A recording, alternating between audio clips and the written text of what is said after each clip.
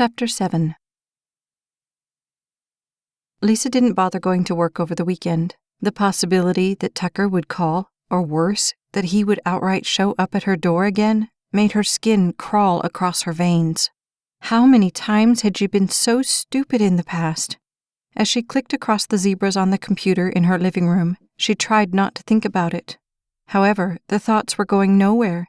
There was Jay in high school. He had seemed nice enough until they made it to the back row of the movies together. Then there was Martin, the only prom date she ever had, junior year. Why she had tried to look so perfect for him, she couldn't really tell now. All that had done was send an invitation that had nearly cost her more than the heel of one shoe and half of the top of her dress. Her face set in stone as she clicked across the web. In college, it was a whole string of guys, many of which she didn't even want to remember, culminating with Connor Beale. In frustration, she clicked the mouse twice and shut the computer down. Thinking was a bad idea. She needed something to do so she wouldn't think. Picking up the stereo remote, she flicked the little black box on, found a song that was actually louder than her thoughts, turned it up a notch, and then went into the kitchen where a week's worth of dirty dishes stared back at her. It was better than the alternatives. The only thing Jeff thought of all weekend was her and the possibility that when he happened by the answering machine, the light would be blinking. However, that little light wasn't cooperating. She'll call Monday, he told himself as he crawled into bed Sunday night. She has to get the message tomorrow. Arching an arm behind his head, he gazed up at the ceiling and let his mind float to the two of them in some distant space in the future. It was all that was keeping him sane. "Here are the weekend messages," Sherry said Monday morning, laying the small stack on top of the folders piled on Lisa's desk. She took one look at them, and dread traced through her. When Sherry was gone, Lisa reached over and flipped through them, fully intending to trash anything that had the name Tucker on it. However, before she found one so easy to discard, a name jumped out at her: Jeff. Telling herself it made no sense, she stood from her desk and strode out into the front office. "What's this one about Jeff?" "I don't know," Sherry said. "He just said Jeff, from some fire station. He didn't sound like a client, but I think he knows you." "Oh." Lisa looked down at the pink slip in her hand. "Okay, I know who it is." She closed the door softly behind her, went around to her desk, and sat down.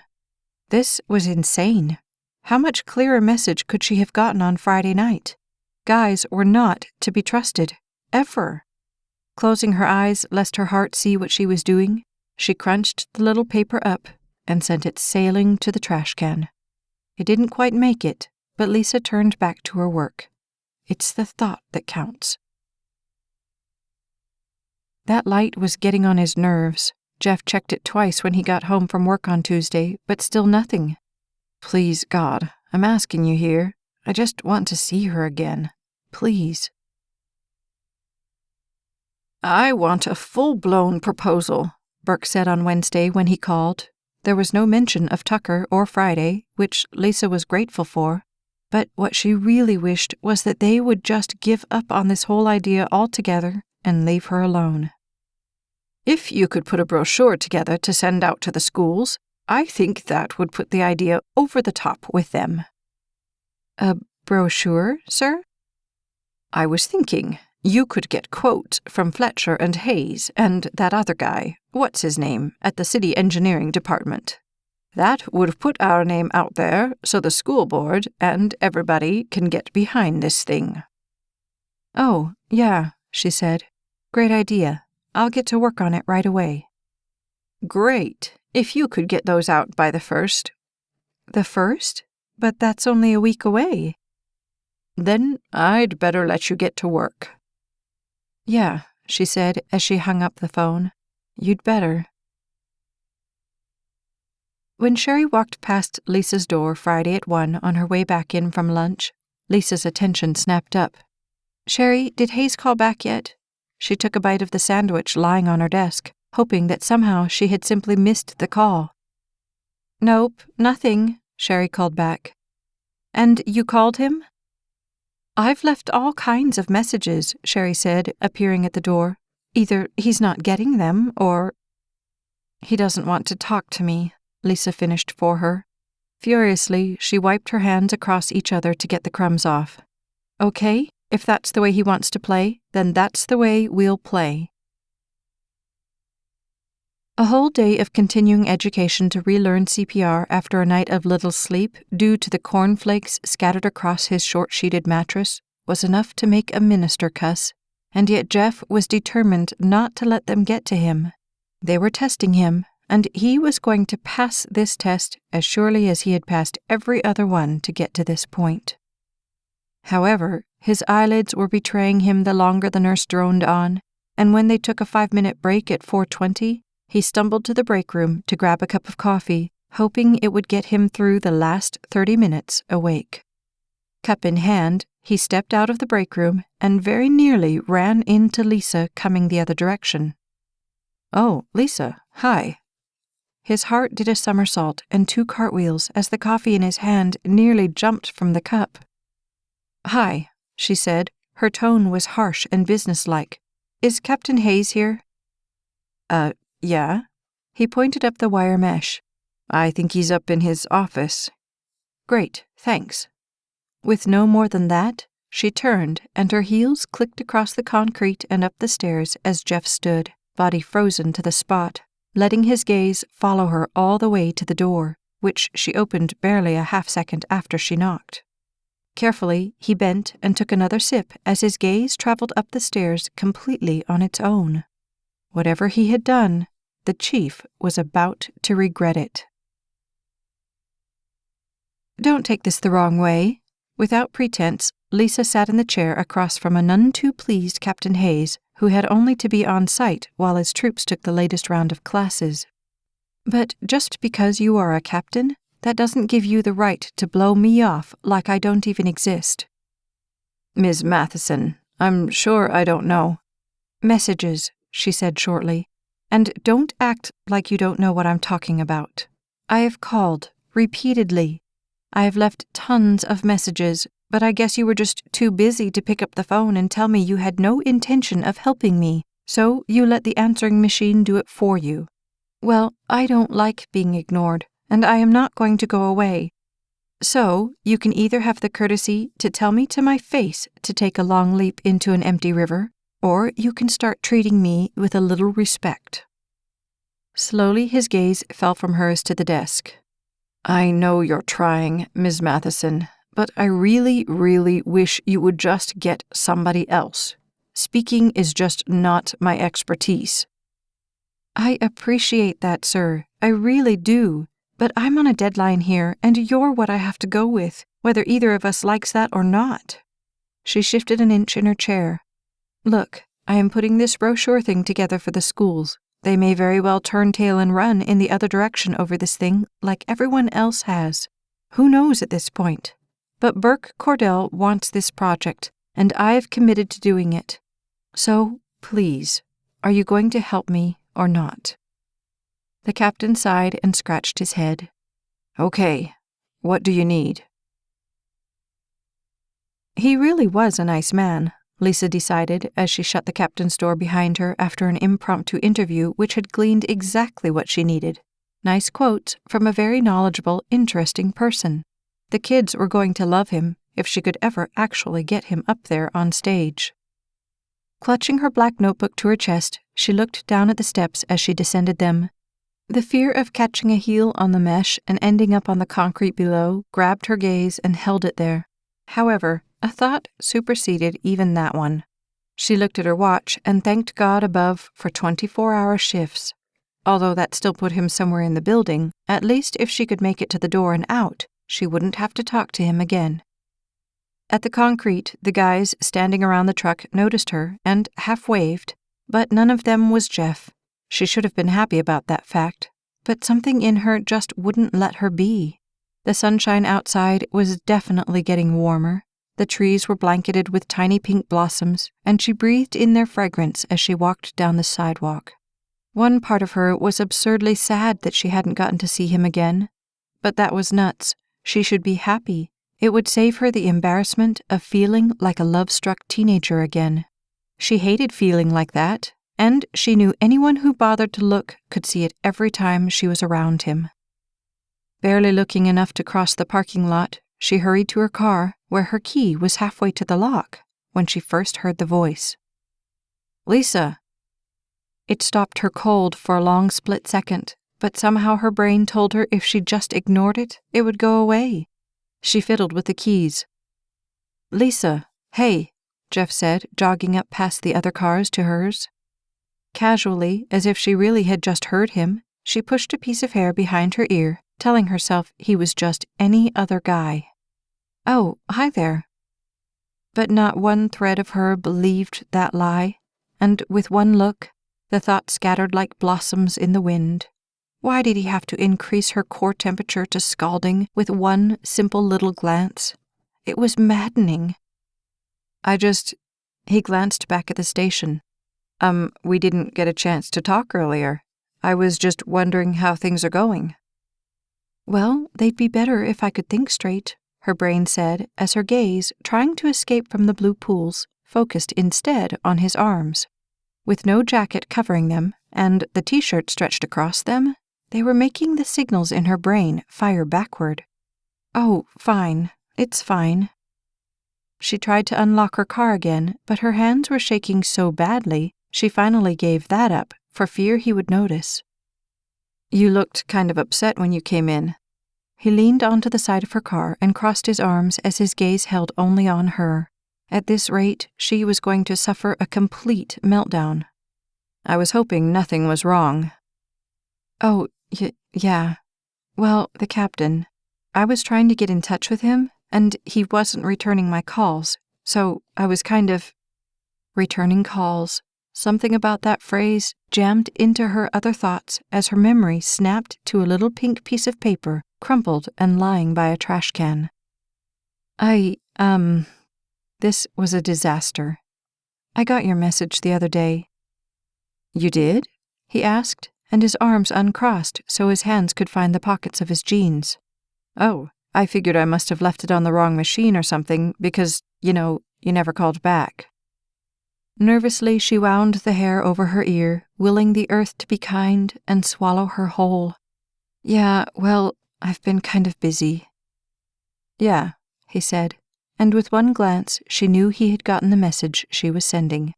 The ache in her heart followed his gaze down to the pavement. Then he looked up and caught her gaze in the depths of his. "Well, I'd better let you get back to work." "Yeah," she said softly, feeling the middle of her soul rip in half at the hurt in his eyes. "See ya."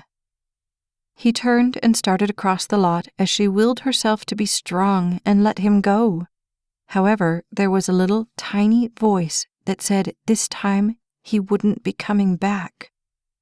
Insanity ×2 washed over her. "Jeff," she finally called as he crossed the lot, and she wondered what in the world she was doing as her feet started after him. "Jeff, wait." Right in the middle of the driveway, he stopped, turned, and the hurt on his face smashed into her heart. He didn't say anything. He didn't have to. I was just wondering if you're hungry," she said, battling for words and air. "I mean, I only had half a sandwich for lunch, and I'm starving." A sad hint of that lopsided smile traced across his face. "I don't want to keep you. I know you've got things to do." "No, well, yeah, I do, but I may pass out from malnutrition if I don't get something in my stomach, and we wouldn't want that, would we?" His smile increased. "No, we wouldn't want that." However, she saw the anxiety wrap around him and lace through his eyes. "So what? There's a couple of nice places down the block." Then he looked down at his clothes, and she felt the apprehension pouring from him. "You know what I really want?" she asked, throwing propriety to the wind. "A hot dog." Disbelief jumped right through his apprehension. "A hot dog?" "With chili and cheese," she said as her voice gained momentum. He laughed. "Yeah, right." "Seriously, that's what I want." "Okay." He looked past her to the traffic beyond. Well, there's a place we get lunch for the station sometimes, but it's like 10 blocks down, and in this traffic. We could walk, she said, liking that thought more than she knew she should. Are you sure? He asked as his dark eyebrows raised at the thought. Squaring her shoulders and her chin, she nodded. Totally. Just point me in the right direction. She was just being nice, Jeff told himself as they stood at the 8th intersection. He should never have run after her in the parking lot. In fact, he shouldn't have waited for her in the first place. If nothing else, he should have just watched her drive away from the safety of the GTO and been done with it. However, standing next to her at the crosswalk, he had to admit he was glad he hadn't. One more moment with her was worth all the embarrassment in the world. Just before the lights changed, she looked at him, and he liked the smile in her eyes. Race you. The walk sign flashed, and in the next heartbeat, she was gone. Hey! In 3 strides, he caught up with her. Heels weren't exactly the best running shoes in the world. Midway to the center, the sign flashed, "Don't walk." 8 jog strides, and they stepped up onto the next curb together. What are you, nuts? Just trying to prove your theory wrong, she said with a shrug. He laughed outright. Well, I'm thinking next time you might ought to wear better shoes. You don't like my shoes? She kicked her strapped heels out past the long, straight navy skirt. Oh, no, they're fine, unless you're racing lights, in which case... You've got a point there, she said, and he couldn't help but think that she gave new meaning to the phrase traffic stopper. She looked over at him quizzically. So, you're here, but you're not working. What's up with that? CPR classes. Intensive 8-hour day on top of a 24-hour night. Fun, fun. When her worried gaze traced over him, he looked away and stifled the yawn. Sleep was now 3rd or 4th priority on the list at least. You sure you want to be eating now? You look like you could use a nice warm bed and a soft pillow. He yawned for real then. Food first, sleep later. Not looking exactly reassured, she nodded. So, how's work been? Good. We got a call on a fire the other night. Oh, she said quietly, and he saw the smile fall. Jeff shrugged, having not realized the effect that simple admission would have on her. But as fires go, it wasn't so bad. That's good. They got to the next curb, and mischief danced across his tired heart. 10 to 1, we don't make it to the middle before it changes. 10 to 1, that's a sucker's bet. Hey! On the breath of the breeze around them, they were running across the asphalt. 2 steps beyond the middle, the "Don't Walk" sign flashed. On the other side, she reached out for his back to stop him as she gasped for breath. That touch shot through him like a rocket flash. Okay, what do I win? Win? He asked, looking back, and his heart slammed forward as her hand brushed down his back, finally landing on her knees as she gasped for breath. You said 10 to 1 we wouldn't make it halfway, and we did. When they started back down the walk, her strides weren't nearly as focused as they had been when she'd first strode into the fire station. So, what do I win? He smiled. I'll have to think about that one. Think about it? That's not fair. But before she got that out, he banked to a door on the edge of the sidewalk and opened it. After a moment's hesitation, she crossed in front of him and into the little dimly lit cafe. He closed his eyes to memorize the soft fragrance of her as she passed him, and then he jumped back into reality to follow her in. Here. His hand brushed across her back as he guided her to a table where he pulled her chair out with one swing. Once she was seated, he carefully sat down across from her and smiled. He couldn't help it. It was what her mere presence did for him. She tilted her head and gazed at him. What? I just never pictured you to be a hot dog fan. Why not? Softly he laughed, wondering why his gaze seemed to lock on her so naturally. The suits, the heels, you don't exactly look like you've spent much time in dives. I've been in my share, she said almost defensively, but still he smiled. What? Nothing, he said, and for the life of him, he couldn't get that smile off of his face. all of life could have simply stopped, and he knew he would have been perfectly happy to just sit there, looking at her forever. "So, have you heard from Dustin and Eve lately?" Lisa asked as they crossed back into the parking lot 2 hours later. "They're good," Jeff said, and even now she noticed how his hands were safely jammed into his jeans pockets. Yes, guiding her to a table, pulling out chairs, opening doors, but beyond that, he seemed wholly content to just be near her. In fact, his hands somehow looked out of place, as though they didn't really know where they were supposed to go. "I think Eve's happy to be close to her folks again." "I can imagine, although I'm surprised she even notices anybody else even occupies the planet besides him." Jeff laughed. "They're intense, but I guess that's what you get when you really fall for somebody." "I wouldn't know," she said with a sigh, although her heart was saying much different. "So you don't have some intensity in your life?" "At the moment?" her brain asked without her permission. "No time." "That's too bad," he said softly. "I think everybody should have time for a little intensity now and then." She slipped up to her car door, but still wasn't ready to just get in and drive off, so she turned and leaned back onto the door. He followed her lead until they were both looking out across the parking lot, shoulder to shoulder. "Once I get this dumb brochure thing done, then I'll think about having a life. Until then." His gaze fell to the asphalt and then slipped up to her face. "Well, I hope Hayes will cut you some slack." "What I really wish is that I could just drop the whole dumb idea off a cliff and be done with it. It's causing a lot more trouble than it was ever worth." Concern wafted over his features. "What kind of trouble?" She glanced over at him and tried to smile, but it had no strength behind it. Her impromptu trek through the late-night Houston streets replayed through her mind, and she closed her eyes and shook her head to block it out.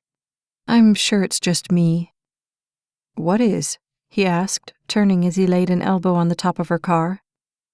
Trying to seem like it didn't matter, she shrugged, but her hand rubbing up and down her other arm, not to mention her black notebook held up to shield her from the memories, betrayed the shrug. "It's nothing." She felt his gaze narrow as outright worry crossed through his face. "What's nothing?" Suddenly, she was right in the middle of intensity, and she had no idea how she had gotten there. "It's just Mr. Cordell's grandson." She shook her head as her gaze tried to look at him, but humiliation pulled it down to her shoes. "Let's just say he doesn't take a hint very well." The worried scowl looked so out of place in his kind eyes. "Did he hurt you?" She wanted to laugh at the distress in his tone, but the memories scratching through her wouldn't let her. "No, but not for want of trying." Concern was banking toward anger on his face. "What does that mean?" "It means I should have figured out by now that guys are after one thing, and one thing only, no matter what other motives they seem to have to start with." The sound of her voice was bitter even to her own ears. "Not all guys are like that," he said softly. "Yeah, well, everyone I've ever met has been," she said, and harshness dripped off every word. Quickly, she shook her head. "I've got to go." "Yeah," he nodded. "I shouldn't have kept you." That stopped her, and the harshness dropped away when she looked at him, righting himself from her car. "I had a nice time." He tried to hold her gaze as his hands found his pockets. "I did too." She opened her door as her heart begged her not to totally shut the door on him. The improbability was enough to give Einstein a headache, and yet her heart said that if she had indeed found the one nice guy left on the planet, she would be an idiot to make this the final goodbye. "Call me sometime." Rational pulled her up short with a snap, but it was too late. His gaze jumped to hers in surprise. "Really?" "Yeah," she said, "and I promise I'll return it this time." With a grateful smile wafting from the depths of his eyes, Jeff nodded. "I might just do that." The idea was always there, in the recesses of Jeff's mind, but every time he picked up the phone, his courage evaporated. She didn't really want him to call. Besides, she was busy with the whole conference thing, and the last thing she needed was to be wasting time talking to him.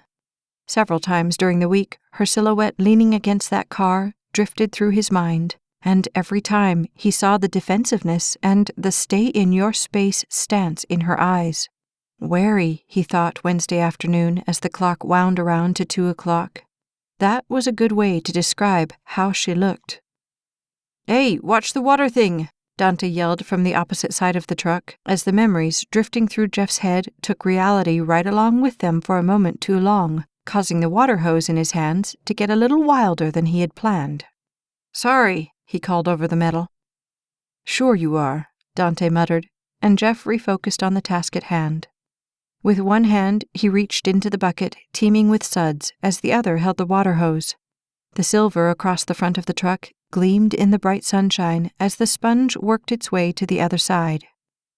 "Think fast," Dante called over the truck, and Jeff ducked the second he saw the shadow of the object arcing over the top of the truck.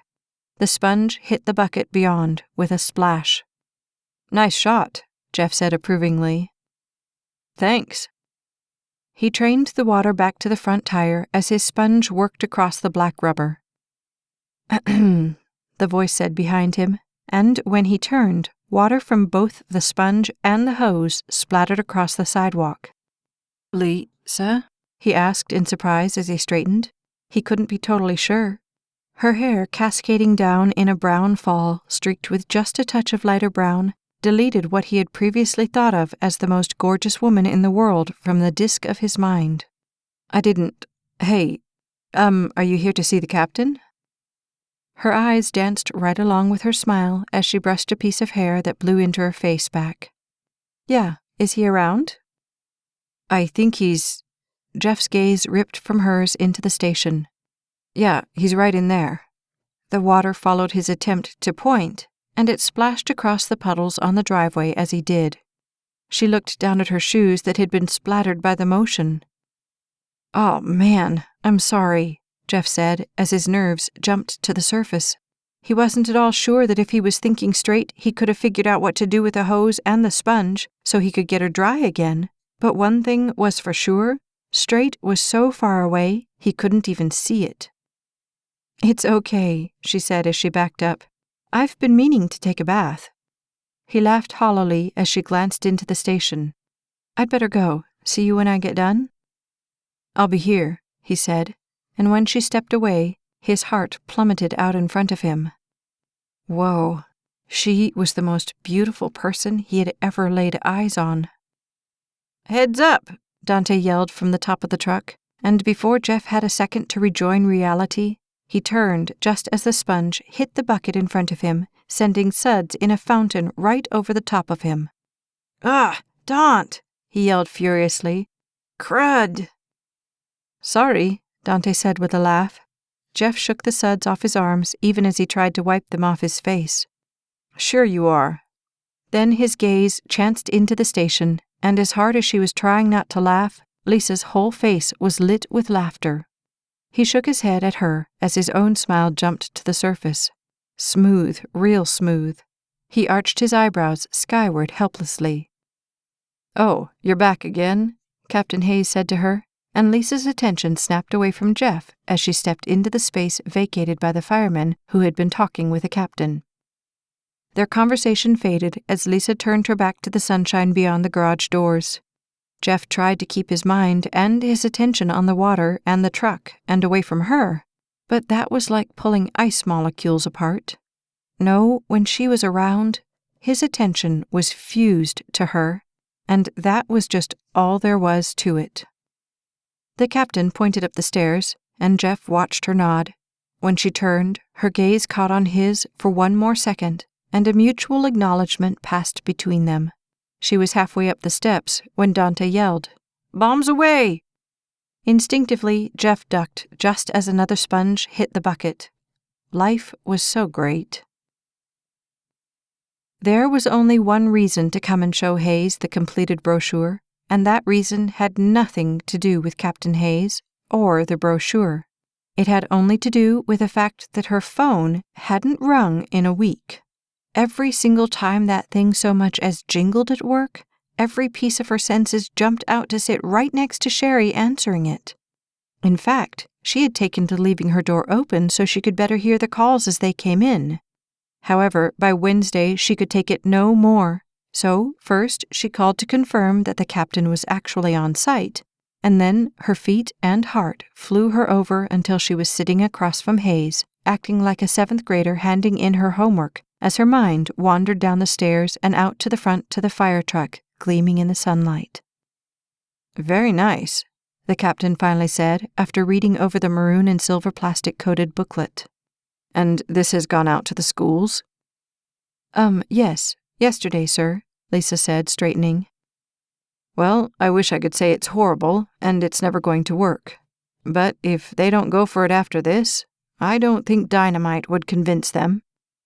"Thank you, sir," she said, sincerely touched by the compliment. "You mind if I keep this one?" he asked, holding it up. "Oh, no, that would be fine." Furtively, she looked at her watch. On to plan B. Now that we've got this part taken care of, I was wondering if you knew of any other speakers who might be interested, apart from Mr. Fletcher, of course." As soon as Hayes leaned back thoughtfully, she knew it would be enough to kill a few minutes. Now, if Jeff would just hang around if Hayes got on anything resembling a roll, her plan had an actual chance of working. The trucks were back in the garage, and Jeff was busy rechecking the last of the compartments. Everything seemed to be in place. He slammed that door just as he heard the heels. He was really starting to like that sound. The smile was there before he even turned, and her gaze was on him before he had so much as said something to get her attention. "Everything cool?" he asked when she got to the 3rd step from the bottom. "Almost," she said, looking around hesitantly. "I guess you're on all night again?" "As always." He held his hands out, palms up. "And you don't have to go get takeout?" "No, I think Hunter roped me into something last time because he knew he could." "Oh," she said slowly, seeing her plan disintegrate before her eyes. "So you're stuck here then, huh?" "Pretty much." Her gaze and his heart landed on the floor as she pulled her notebook closer to her chest. "I'm off tomorrow night, though," he said slowly, knowing that wasn't what she was after, but hoping it was all the same. "Well, after the CPR test is over at 5.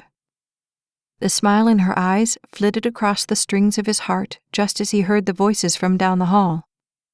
"I think you're an egg short of a basket, Hunt," Dante said in annoyance. "The whole idea was to— Oh, well, what have we here?" Instantly, Jeff's gaze toppled to his shoes as he backed away from her. "Well, well," Dante surveyed her slowly, and Jeff felt her back further away from him. "I don't think we've been formally introduced," Dante said smoothly, and Jeff's protective shields came out. However, he was at a distinct disadvantage, and he knew it. "Dante Ramirez." "Lisa Matheson." She held her hand out to him, and Jeff noted that the formal tone was back in her voice. "This is my buddy, Hunter Witkowski," Dante said. "Hunter." Lisa shook his hand as if they were about to sit down for a conference call. The smallest of awkward moments passed before Lisa smiled tightly at all of them in general. "Well, I'd better get back to work. It was nice to meet you all." "Same here," Hunter said with a small waving. And with that, she put her gaze on the concrete, turned, and walked out. Had he had the means and the method, Jeff definitely had the motive to kill Hunter and Dante. "Taylor."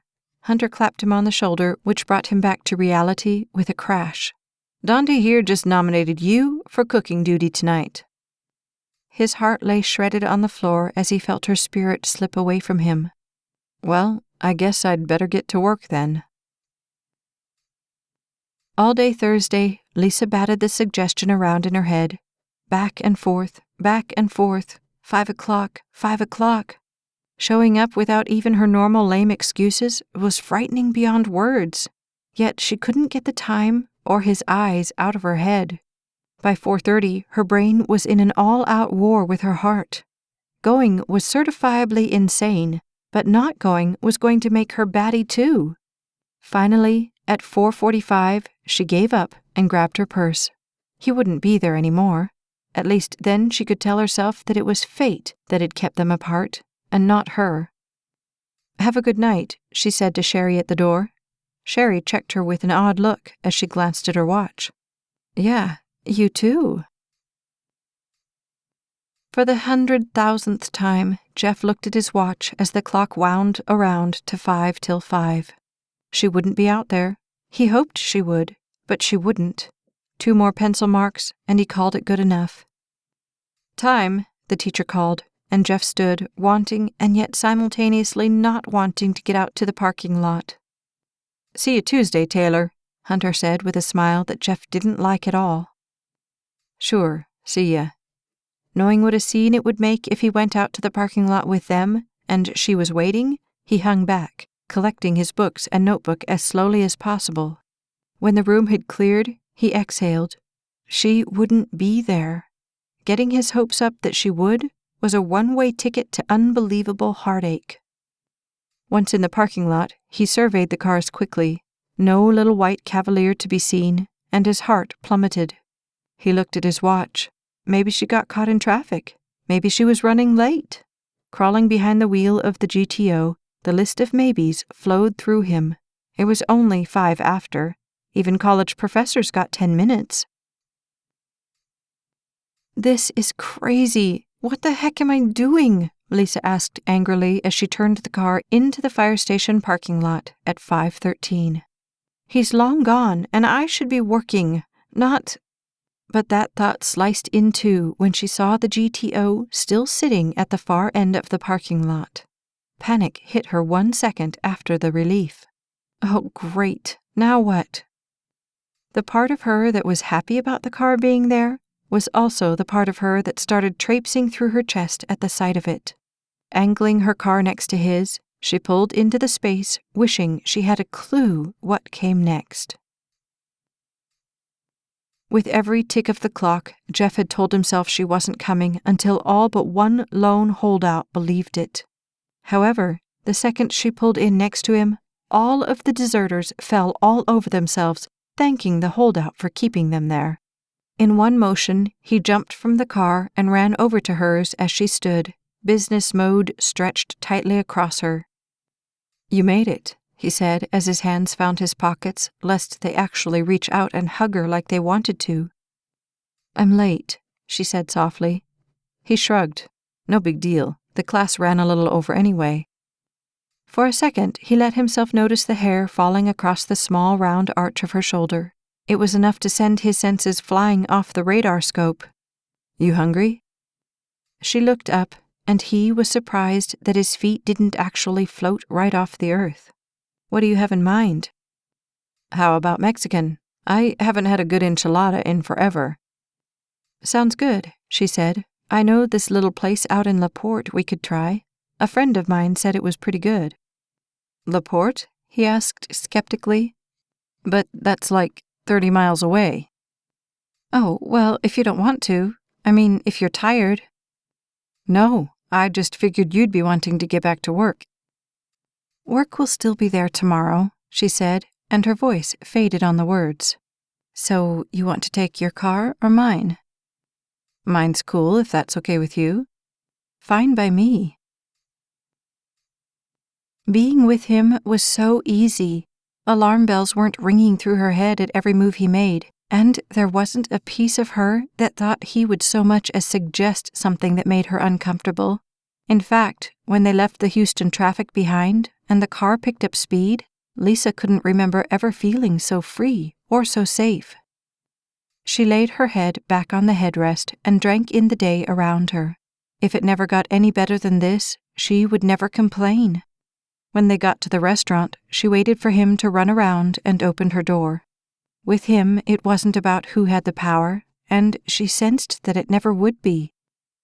In minutes, they were seated on a little patio overlooking the beautiful Gulf of Mexico. The breeze blowing in sent her hair skittering across her face, and she tossed it back with a flick of her fingers. "So, how's work?" Lisa asked after they had ordered.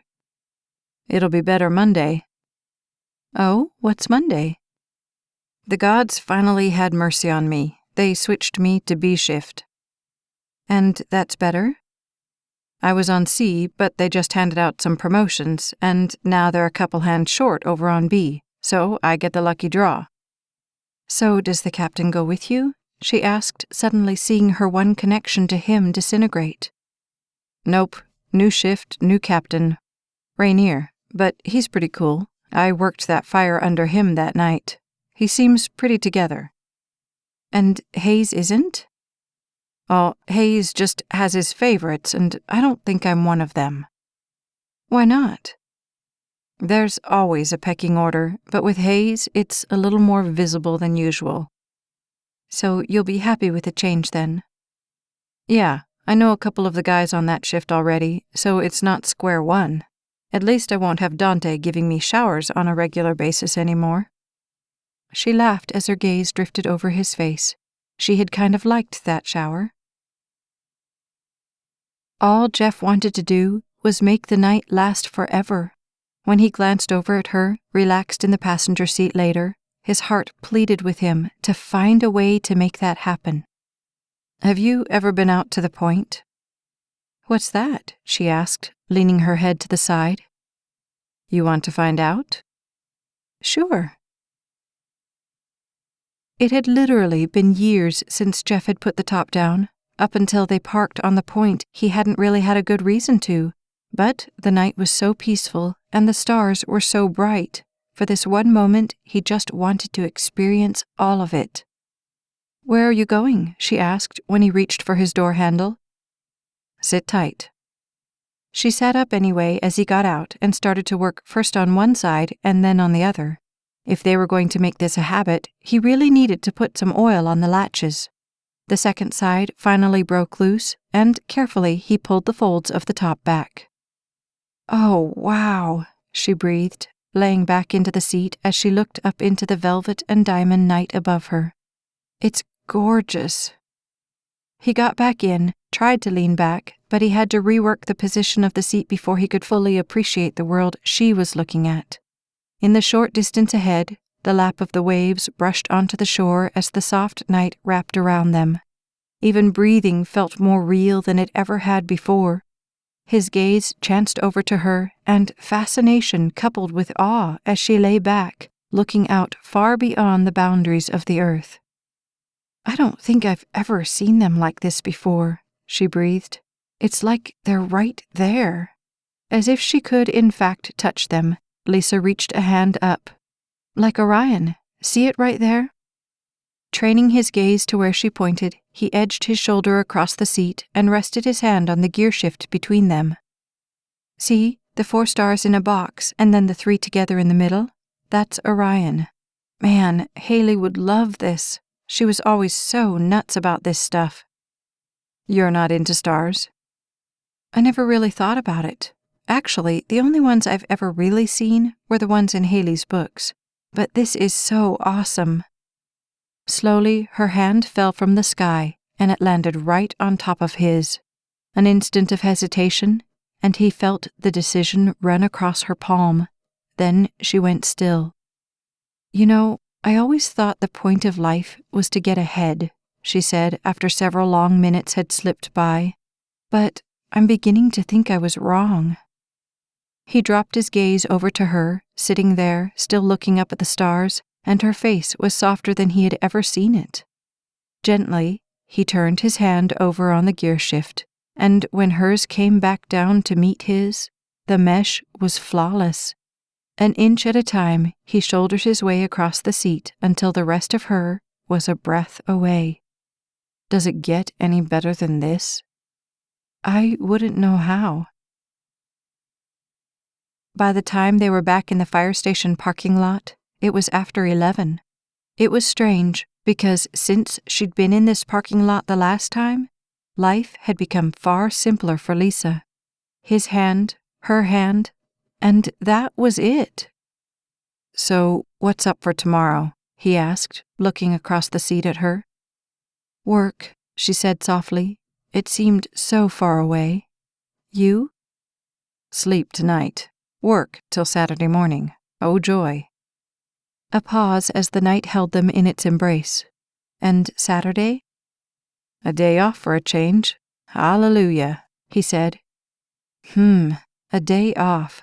I don't think I even remember what that's like anymore. He laughed. So you're not doing anything Saturday night then? She asked. Saturday night? He swung his gaze to her suspiciously. I don't know. What do you have in mind? Mind? Oh, nothing. I was just asking. Oh, he said, and his spirit seemed to dip back to his side. Her brain said she must be completely nuts for even contemplating asking the question in her head. However, her heart simply wasn't listening anymore. You ever try rock climbing? Rock climbing? His eyes widened in surprise. We don't exactly live near many rocks. No, not real rocks. The fake ones over at the rock gym. Oh, yeah. Dustin and I went there once. It's pretty cool. I've always thought that looked like fun. Maybe we could? Then she glanced over at him. But if you don't want to, we could always do something else. No, it sounds like fun. Although he tried to hide it, she saw the yawn. You really need to get some sleep. You're making me tired. Yeah, that CPR stuff is more exhausting than you'd think. A moment more, and he smiled, released her hand, got out, went around, and opened her door. Something about that simple act seemed so thoughtful. She got out, and in 6 steps they were at her car. She knew the night was over. However, in all her years on Earth, she had never been with a single person she simply did not want to say goodbye to, until now. You just want to meet over there? He asked as she leaned on her car door. Okay. The traffic noise descended around them. When she glanced at him, he looked more nervous than her stomach felt. So I guess this is good night. Yeah, guess so. A second, and then 2. She waited, but he never moved. As slowly as she could, she pulled her keys out and opened the door. If he would just reach out, stop her, pull her into his arms, she wouldn't have even protested. But he didn't. The door was open, and she looked back at him, gaze down and hands in his pockets. Saturday? 6 or so? With the smallest of smiles, he nodded. Gingerly, she folded herself into the seat, and he took hold of the door. Drive careful. You too, she said, and for one split second, she thought he might lean in and kiss her. However, as quickly as that thought went through her brain, it was gone as he stepped back and shut the door. How many times had she wished the guys in her past would just leave her alone? Now that she had one that she wanted to kiss her, he just closed her door. Something about that made no sense. As she pulled into traffic, he was still standing there, watching her drive away.